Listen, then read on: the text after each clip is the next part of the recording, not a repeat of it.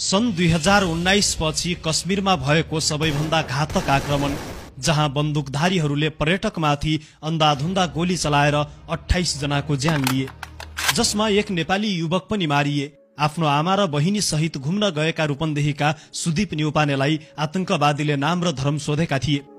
त्यसपछि उनको शरीरमा गोली बर्साइए। उस्तै निरीह भावमा 28 जनाको रगत बग्यो मंगलबार।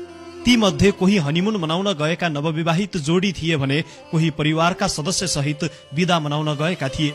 कसैलाई टेन्ट भित्रबाट तान्दै मारियो त कसैलाई फोटो भिडियो खिच्दै मारियो। मुटु दहरो बनाएर हेर्नुहोस्। प्रस्तुत छ कश्मीरको पहलगाम शहर नजिकै रहेको मिनी स्विजरल्याण्ड नामले प्रसिद्ध पर्यटकीय स्थल बैसरन उपत्यकामा भएको त्यो दर्दनाक घटनाको रिपोर्ट।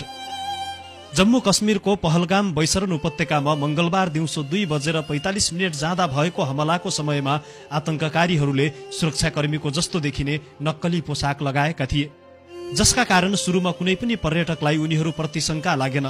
तर केही समयपछि जब उनीहरूले हिन्दू पर्यटकहरूलाई छुट्याएर नाम र परिचय सोध्दै गोली चलाउन थाले, त्यसपछि त्यहाँ भयावह भागदौड मचियो।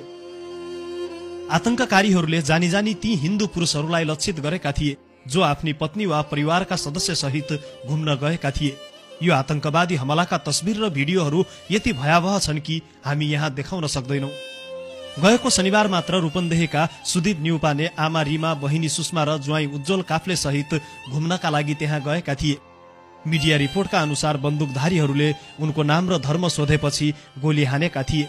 सुदीप परिवारका एक्ला छोरा हुन्। उनी धरानमा पब्लिक हेल्थ पढ्दै थिए। सुदीपका बुवा बुटौल 14 बेलबरियामा विक्षिप्त अवस्थामा छन्। सुदीपको शव नेपाल ल्याउने तयारी गरिएको छ। यस्तै भारतको कर्नाटकका मञ्जुनाथ राव आफ्नी श्रीमती पल्लवी र छोरा अभिजय सहित घुम्न गएका थिए। बसबाट ओर्लिएर घाँसे मैदानतर्फ जाँदै गर्दा अचानक एक सर्वसाधारण जस्तो देखिने आतंककारीले उनलाई टाउकोमा गोली हाने। श्रीमती पल्लवीको आँखा अगाडि नै श्रीमानको शरीर ढल्यो।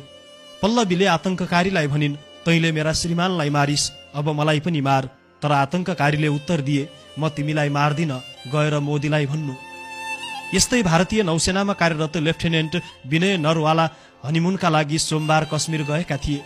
एक साता अघि मात्रै उनको विवाह भएको थियो। 16 अप्रिलमा बिहे र 19 अप्रिलमा बिहेभोज सकेर श्रीमती हिमांशी र उनी कश्मीर गएका थिए। एक बन्दुकधारीले उनको कञ्चटमा गोली हानेर मारे। विनय मारिएपछि हिमांशी अर्धबेहोस भएकी थिइन्। गोली लागेर श्रीमान ढलेपछि रुन त परै जाओस्, बोल्नसम्म सकेकी थिइनन् भनेर भारतीय सञ्चार माध्यमहरूले समाचार लेखेका छन्। विनय हरियाणा राज्यको कर्नाल जिल्ला